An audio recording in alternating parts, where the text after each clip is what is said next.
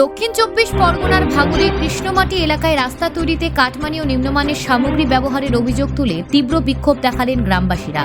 রাস্তা তৈরির কয়েকদিন পরে পিচ হাত দিয়ে উঠে যাওয়ায় ক্ষুব্ধ স্থানীয়রা। সকাল থেকে রাস্তার কাজ বন্ধ করে আন্দোলনে সামিল হন তারা। গ্রামবাসীদের অভিযোগ, 2023 সালের মে মাসে প্রধানমন্ত্রী সড়ক যোজনার অধীনে বরাদ্দ হওয়া রাস্তার কাজ সঠিকভাবে না করে অন্যত্র নিম্নমানের সামগ্রী দিয়ে 4 কিমি রাস্তা তৈরি করা হচ্ছে। প্রায় 3 কোটি টাকার কাজ হলেও ঠিকাদার সংস্থা 4 লেয়ারের বদলে মাত্র 2টি লেয়ারে কাজ করছে। স্থানীয়রা জানান, তৃণমূল নেতৃত্বের কাটমানির জন্যই রাস্তার গুণগত মান এতটা খারাপ। তবে এই অভিযোগ অস্বীকার করেন ক্যানিং পূর্বের বিধায়ক শওকত মোল্লা। রাস্তার অনিয়ম জানতে পেরে তিনি ঘটনাস্থলে এসে প্রতিবাদ করেন। গ্রামবাসীদের স্পষ্ট জানিয়ে দেন, প্রশাসনের আধিকারিকরা না এলে রাস্তার কাজ তারা বন্ধ রাখবেন। অন্যদিকে ঠিকাদার সংস্থাও রাস্তার গুণগত মানের ত্রুটি স্বীকার করেছেন। ঘটনায় চাঞ্চল্য ছড়িয়েছে গোটা এলাকায়। Bureau report, news prime Times. হ্যাঁ স্যার, আমরা করছি। কি সমস্যা কি হচ্ছে? লোকজন বিক্ষোভ দেখাচ্ছে। স্যার, সমস্যা বলতে গেলে এখানে কালকে হালকা বৃষ্টি হচ্ছিল। বৃষ্টির কারণে যে ক্যাটনিং মেরেছে, যে লেবার সাথে এখানে আমাদের কন্ট্যাক্টে কাজ করছিল, মানে ওদেরকে আমরা মিটার হিসাবে কন্ট্যাক্টে দেওয়া হয়। এবার কালকে আমাদের মধ্যে 2 জায়গায় কাজ চলছিল। এই ছেলেটা থাকার কথা, থাকতে পারিনি। একটা ছেলে আমার ম্যানেজার, মানে কোনো সময় এসছে, কোনো সময় চলে গেছে।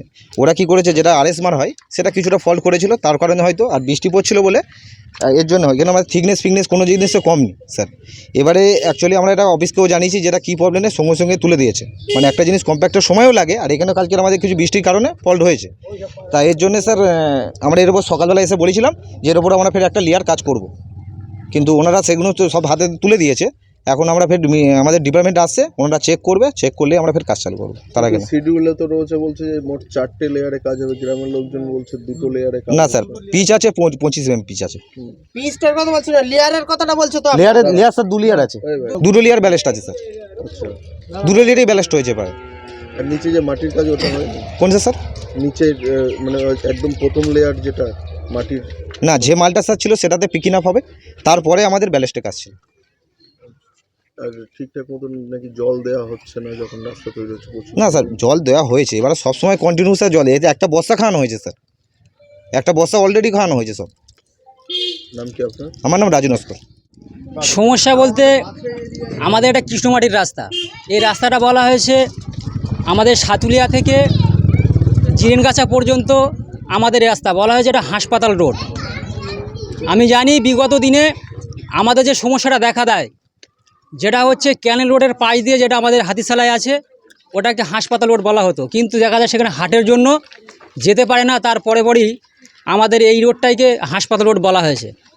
কিন্তু দেখা যাচ্ছে 2 দিন 3 দিন আগে রাস্তা করা হয়েছে, তার পরপরই বাচ্চা কাচ্চারা এসে রাস্তা ধরে টানছে, উঠে যাচ্ছে। পিস এর ভিতরে কোনো আঠাও দেয়নি মনে হয় সম্ভবত, বা কিছু দেয়নি।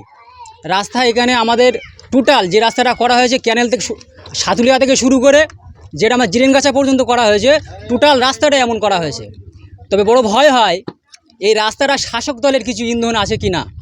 কেননা আমরা বিগত দিনে দেখতে পাচ্ছি এই রাস্তায় যিনি কন্ট্রাক্ট নিয়েছেন তিনি বারবার একাধিকভাবে বলে যাচ্ছে যে আমাদের কাছে টাকা নেই। কী জন্য নেই আমরা দেখেছি, অনেক জায়গায় কাটমানির বিষয় আছে, এখানে রাস্তা মানি আছে কি আমরা জানি না। আমাদের তো মনে হচ্ছে যে এখান থেকেও কিছু ওরা টাকা পয়সা পেয়েছে, বা যেটাকে বলা হয় তোলা তুলেছে, সেই জন্য রাস্তার হালাকিকা তেমন। আমার নাম হচ্ছে এমডি একরামুল ইসলাম। বড় গ্রামবাসীরা রাস্তার পিচ তুলে দিচ্ছে হওয়ার রাস্তা, কি বলবেন এটা নিয়ে? এটা তো আমরা তীব্র আপত্তি করছি, এবং নিশ্চিতভাবে এই বিষয়ে আমি জেলা শাসকের সঙ্গে কথা বলবো বা পঞ্চায়েত দপ্তরের সঙ্গে কথা বলবো। কারণ 3 কোটি টাকা মানে এটা কোনো পঞ্চায়েতের বা পঞ্চায়েত সমিতির বা জেলা পরিষদ আন্ডারে নয়, এটা পঞ্চায়েত দপ্তরের আন্ডারে। সে ওখান থেকে নিশ্চয়ই SRDA-তে টেন্ডার হয়েছে।